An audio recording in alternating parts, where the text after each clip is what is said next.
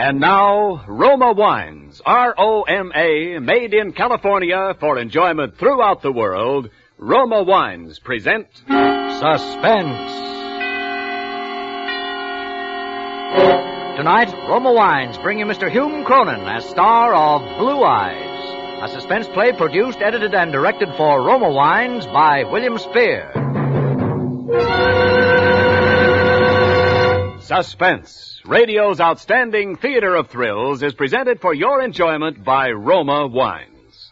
That's R-O-M-A, Roma Wines, those excellent California wines that can add so much pleasantness to the way you live, to your happiness in entertaining guests, to your enjoyment of everyday meals. Yes, right now, a glassful would be very pleasant, as Roma Wines bring you Hume Cronin in a remarkable tale of Suspense. Today began just like any other day. I got to bed early last night because I had to go over the accounts with Mr. Bevins. When you go over the accounts with old Hawkshaw, you've got to be in tip-top shape. Well, I dressed myself rather carefully this morning. I put on the necktie with the little flowers on it, the blue and red one.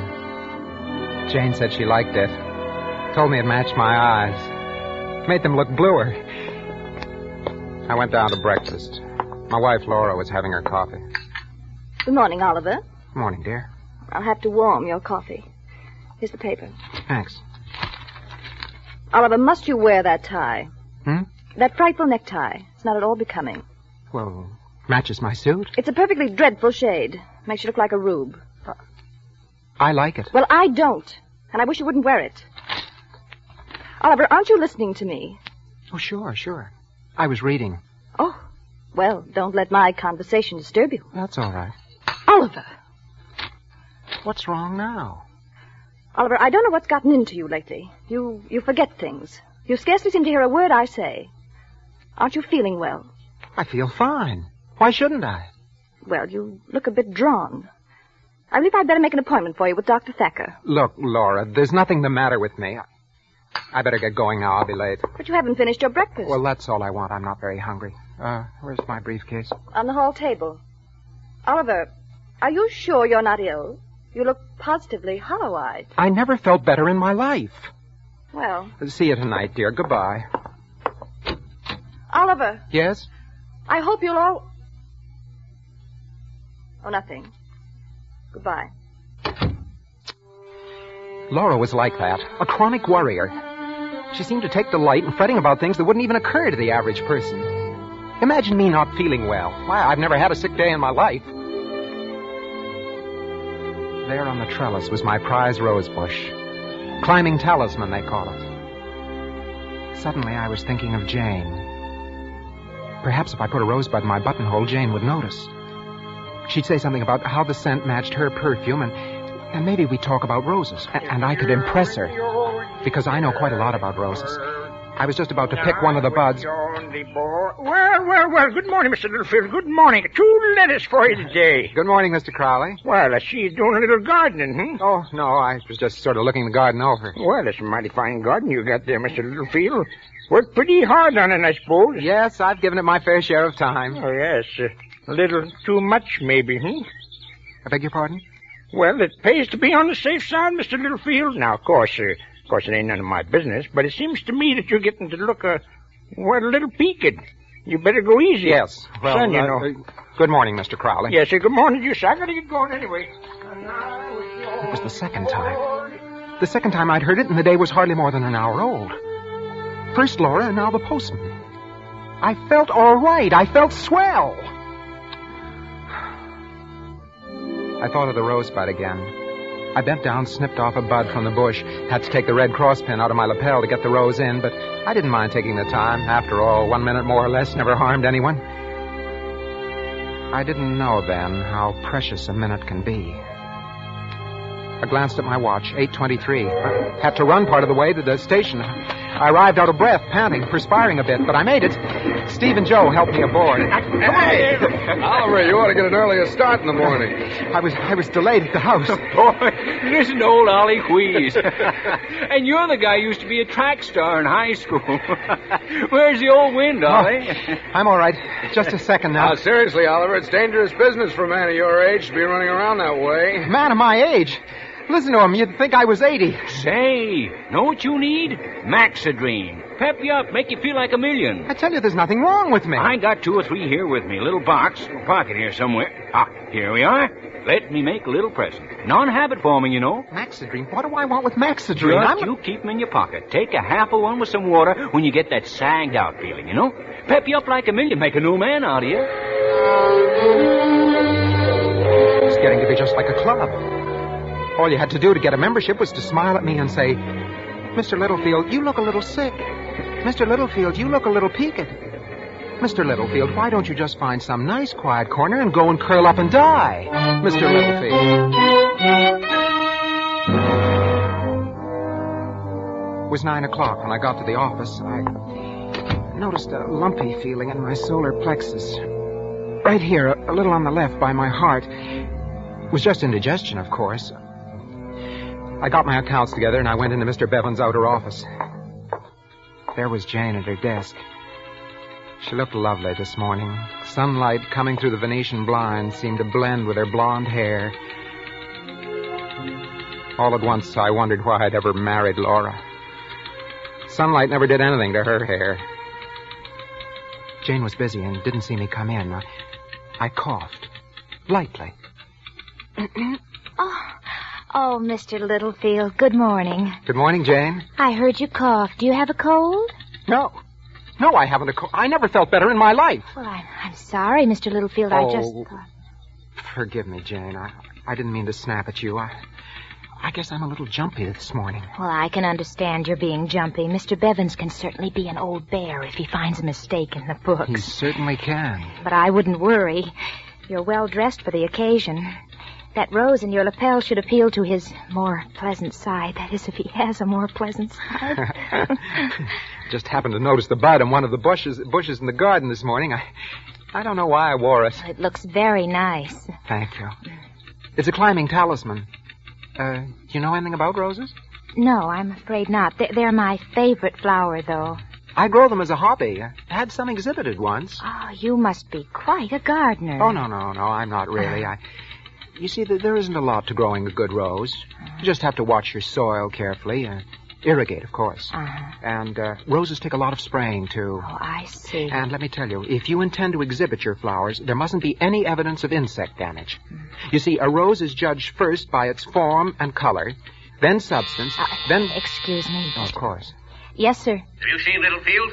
Why, yes, sir. Why in the name of heaven has he come in here? Why doesn't he know he has a 9 o'clock appointment with me? Well, Mr. Bevins, Mr. Littlefield has been waiting for you in the outer office. You didn't call, sir. Is it necessary for me to call my employees after I've made a specific appointment? Well, I'm sorry, Mr. Bevins. I'm sure that Mr. Littlefield Littlefield's a fool. Have him come in here right away. Yes, sir. Mr. Littlefield, It's all right, Jane. I'll go right in. I walked toward the door. I could feel that lump inside of me getting bigger, almost choking. What right did Bevins have to say such things about me? And in front of Jane? I reached for the door handle and turned it. Well, Littlefield, what are you standing there for? Come in. Sit down. Littlefield, I believe you're aware of my sentiments regarding punctuality. I expect my employees to be on time. In fact, I demand that they do. Well, you see, Mr. Bevins... Never mind. We'll discuss the matter at a later date. Right now, I want to see the vouchers. Last month's. Yes, sir. Right here. Littlefield, these are the May vouchers. Oh. So they are. I'm sorry, Mr. Bevins. Here. Now, let me see the audit on these. Yes, sir. Not the sales slips, Littlefield, the audit. Oh. What the devil's wrong with you, man? What? A person would think you are completely addled. Addled? Well, I'm not addled. And I'm not a fool, either. You had no right to call me that, you understand? Littlefield, I think you must be ill. No, I'm not ill. Don't say I'm ill because I never felt better in my life. All that's wrong with me, Mr. Bevins, is that I'm mad. Yes, that's the word for it. I think you are mad. Completely mad. That's not what I mean either, Mr. Bevins. I'm perfectly all right, except that I'm not going to sit here and listen to you calling me names. No, sir. I've got 17 years' worth of temper stored up right here, and I'm warning you, Mr. Bevins. I'd like to tell you just what I think of you. Get out of this office, Littlefield. If there's one thing I will not tolerate, it's insubordination. All right, Mr. Bevins, all right. So I'm insubordinate. And it may surprise you to know that I've wanted to be insubordinate for 17 long years. See here, young... 17 years I've worked for you, and what thanks have I ever had for it? $2 raises and listening to you about... Littlefield, get out! You're fired. I know. Sure, I'm fired. But that's all you can do to me, Mr. Bevins. All you can do is fire me. Why didn't you fire me a long time ago?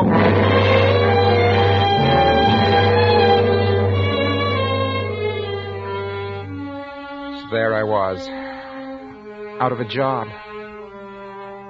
What was the next step? I couldn't go home in the middle of the day. Well, I could, but you don't know Laura. Never would have been able to explain it to her. She wouldn't have understood. She never understood anything. With her, it was payday, the bridge club, a new hat for Easter. Everything suburban, everything in a rut, always in a rut. Oh, I went back and sat in my office to think. After a little while, I got up and went to the water cooler, pulled my handkerchief out to wipe off my hands, and something fell out of my pocket. It was that little pill box. I opened it. There were 3.5 of those Maxidrines in it. I swallowed them all. I sat down, and in a little I began to feel clear in my mind. My life with this awful, deadly grind, because I was married to Laura. She was the cause of all my unhappiness, the cause of my failure, the reason for my losing my job. Something would have to be done about Laura. Why not eliminate the cause? That was it. Eliminate the cause and you have the situation licked. Eliminate the cause. Suddenly my mind was made up. I must kill Laura.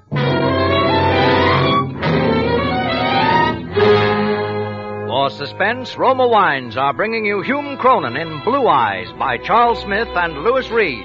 Roma Wines' presentation tonight in radio's outstanding theater of thrills, Suspense.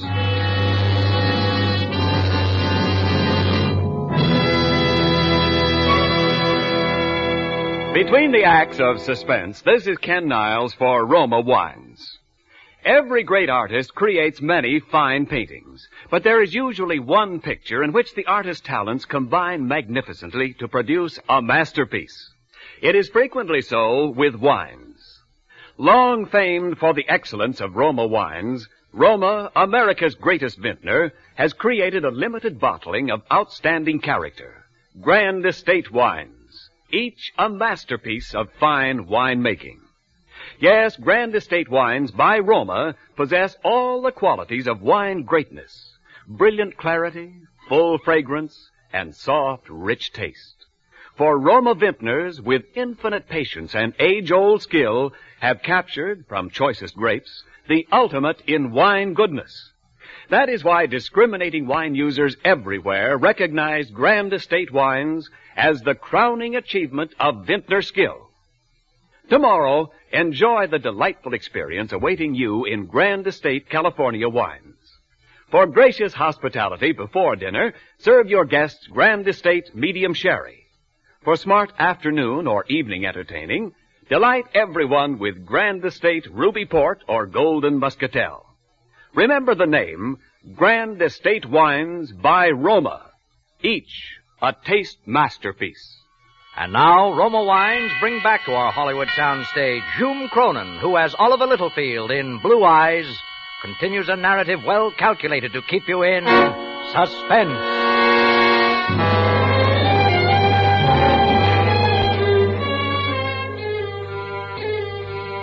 Murder's a tough proposition. Takes a lot of thought. Mustn't be messy or violent. It's got to be quick and effective. Or else a guy stands a chance of getting caught. How to do this thing? How to do it without a slip? Suddenly I had it. Laura took some medicine every night at bedtime. 2 tablespoons of powder that Dr. Thacker had prescribed for her and a glass of warm milk. If I were to get some poison that looked like that powder and substitute... Yes. That was perfect. It couldn't miss. Quick and effective.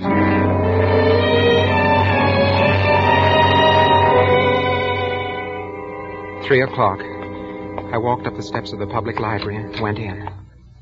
Yes, sir. Can I help you? I'd like to see some books on, Yes. I just wanted to look over something on roses. Oh, that's horticulture, section 5, just across the aisle. Oh, yes. Horticulture, of course. Thank you. I took a book from the shelf, thumbed a few pages, and then finally decided to risk a quick glance in the direction of the librarian, see if she was still watching me. The desk was empty. She'd left it. Then I saw where she was, at the other end of the library, stacking books in a handcar. Here was my chance. I could slip across to the science alcove without her seeing.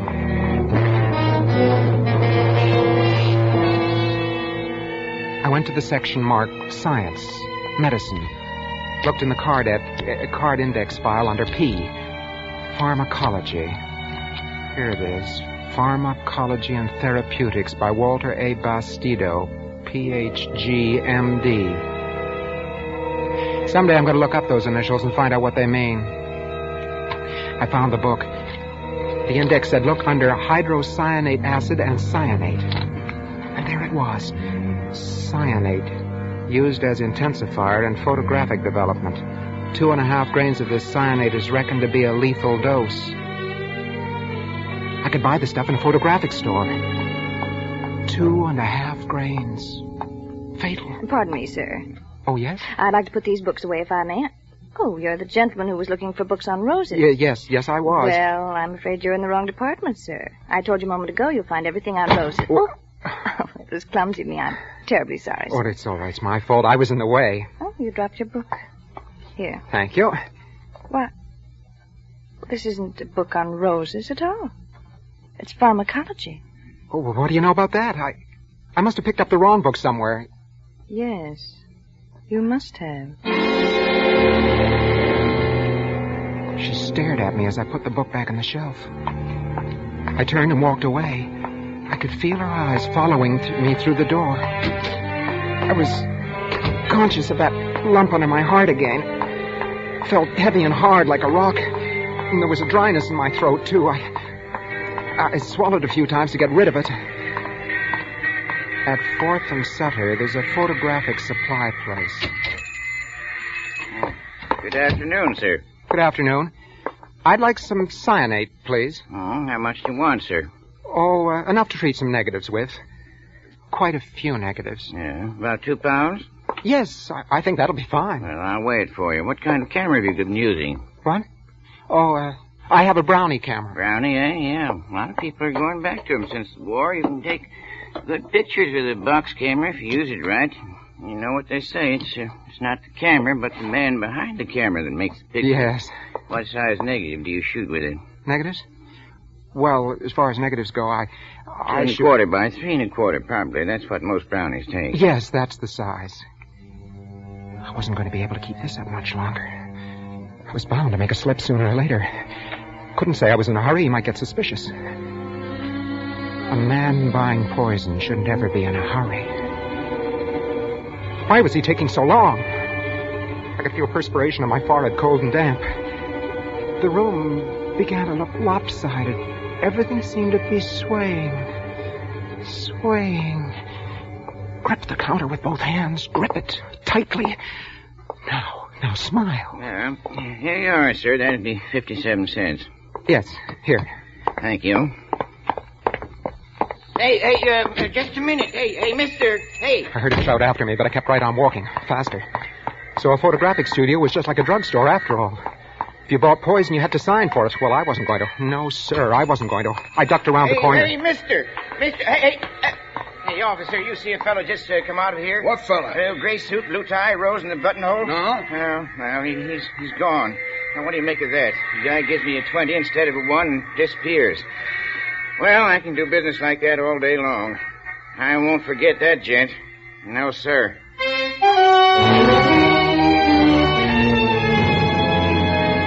I arrived home at 6:30. Laura wasn't there. The table wasn't set. Well, she was probably late shopping. I went upstairs and found the bottle in the medicine chest. The cyanate matched the powder in the bottle perfectly. She'd never be able to tell the difference. I poured half the bottle's contents into the sink, marked with my finger the level of the medicine, and then refilled the bottle with cyanate up to the mark and shook it so as to mix it thoroughly. I emptied the rest of the poison in the sink, and I let the water run for a minute. There. It was done. Everything accomplished. And very neatly, too. All I had to do now was wait. I glanced at the bedroom door. It was closed. All the doors on the second floor were closed. That's another thing. That's another thing I hated about Laura. So precise about her housekeeping, everything in its place. Even to closing doors when a room wasn't in use. I went back downstairs and I tried to light a cigarette. My hands were beginning to shake. Nerves again. I took a book from the table by the sofa, tried to read. Then I realized what I was reading. Funny I should have picked up that book. Memory album of Oliver and Laura Littlefield. And a dance program tied in pink ribbon. Homecoming dance, Indiana University, 1928. First anniversary. Oliver and Laura Littlefield celebrating their first anniversary, July the 12th, 1929. They invite you to an informal tea. Suddenly, I was lonesome for Laura. I missed her. Where was she? Why was she so late? I wanted to hear her voice. Even if she nagged me, it didn't really matter. I wanted to hear her say something. I thought back over the events of that day. I thought of my married life with Laura. Hadn't been as bad as I let myself believe. Hadn't been bad at all. Laura loved me. She did. She did love me, and I loved her. I must have been crazy to even think of killing her. What would I ever do without her? I leaped to my feet and I ran up the stairs to the medicine chest. I poured the cyanate down the drain, all of it. Washed out the sink with my hand to be sure that the last bit of the poison was gone. After that, I was calmer again. I guess I'd come to my senses. I thought of the blue tie I was wearing. The one Laura didn't like. I changed that before dinner. I opened the door of the bedroom and... Then I saw her, sprawled on the bed, her face distorted in pain. I went to the bed and I shook her. Laura! Laura! She didn't move. She was cold, terribly cold.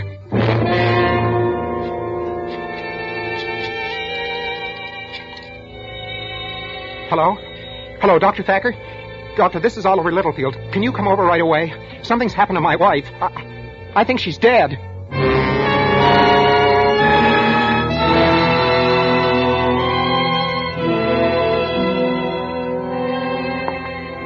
I'm afraid you were right, Mr. Littlefield.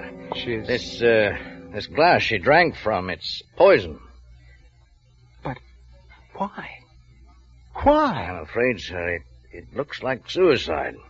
Suicide? She wouldn't do that. She had no reason. She had a reason, Mr. Littlefield.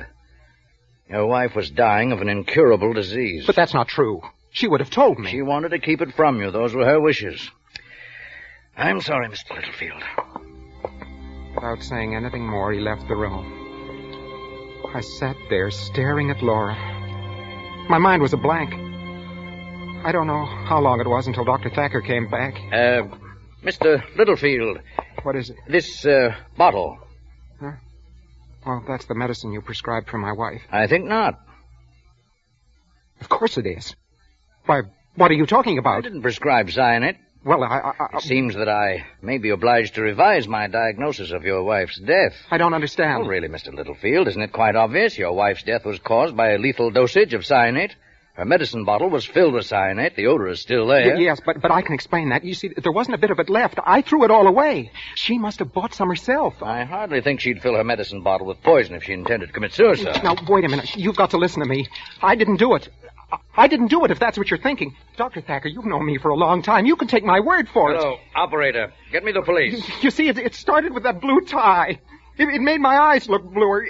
Everybody told me I was sick. I started to feel sick. Yes, that's right. This is an emergency. Then the Rosebud and Mr. Bevins and the Maxidrine. I didn't know what I was doing for a while. Hello, this is Dr. Thacker. Doctor. You'd better send someone to 6931 Doctor, Claiborne right away. You know, people can drive you out of your mind if they keep saying the same thing to you over and over again. I beg pardon? You've got to listen. You've got to listen. It was the blue tie. Laura started it. She said I was hollow-eyed. No, it looks like homicide.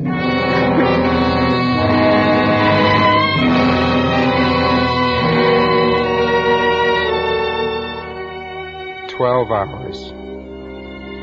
It all happened in 12 short hours. But since then, the hours have been long, endless eternity. How long will I have to wait? How long until they file out of that room and tell me what I already know? The coroner's jury found that Laura Littlefield met her death by poisoning. It's recommended that her husband, Oliver Littlefield, be held to answer. I can hear it now. There's no other verdict. The testimony of the librarian, the clerk at the photographic store, the doctor. Powerful evidence that lies. Damning evidence that'll send Oliver Littlefield to the electric chair. Mr. Littlefield, it's all over. I knew it. I knew what you would find. The coroner's jury found the testimony of the librarian, the clerk, and the rest convincing. Undeniable. And, of course, the presence of the glass of poison at your wife's bedside was confusing. Undoubtedly, she had intended to commit suicide. But, of course, we know now that she didn't. When will I be arrested? That is a matter for the police. If they decide to prosecute, of course, under the circumstances... Circumstantial evidence. I didn't murder my wife. I didn't. Of course not, Mr. Littlefield. The autopsy settled that. Not a single trace of poison in the body. She died as a result of her illness. No poison? No poison, and lucky for you, Mr. Littlefield.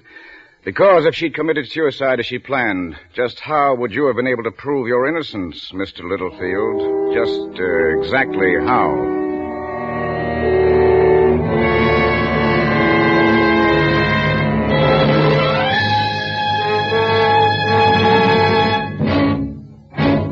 Suspense. Presented by Roma Wines, R-O-M-A, made in California for enjoyment throughout the world. This is Ken Niles for Roma Wines. One more day to Labor Day weekend, the traditional occasion for tasty outdoor barbecues or picnics, and your last chance to select the delicious Grand Estate wines that can add so much pleasure and good taste to your holiday dining. Yes, Grand Estate wines are becoming the choice of discriminating wine users everywhere. For in Grand Estate wines by Roma, you enjoy the brilliant clarity, full fragrance, and mellow taste that distinguish truly great wines. Your first sip of Grand Estate wine will convince you that in Grand Estate there is a difference. A difference born of choicest grapes and the patient, priceless skill of Roma, America's greatest vintner. So this weekend, enjoy the magnificent taste harmony of Grand Estate California Burgundy and juicy charcoal broiled steaks or grilled hamburgers. Or bring out the full flavor of chicken with glorious Grand Estate California Sauterne. Remember the name Grand Estate Wines by Roma, crowning achievement of vintner skill. Hume Cronin appeared through the courtesy of Metro-Goldwyn-Mayer, producers of the Technicolor musical Holiday in Mexico.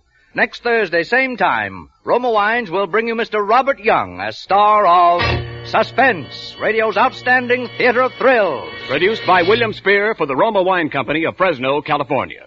This is CBS, the Columbia Broadcasting System.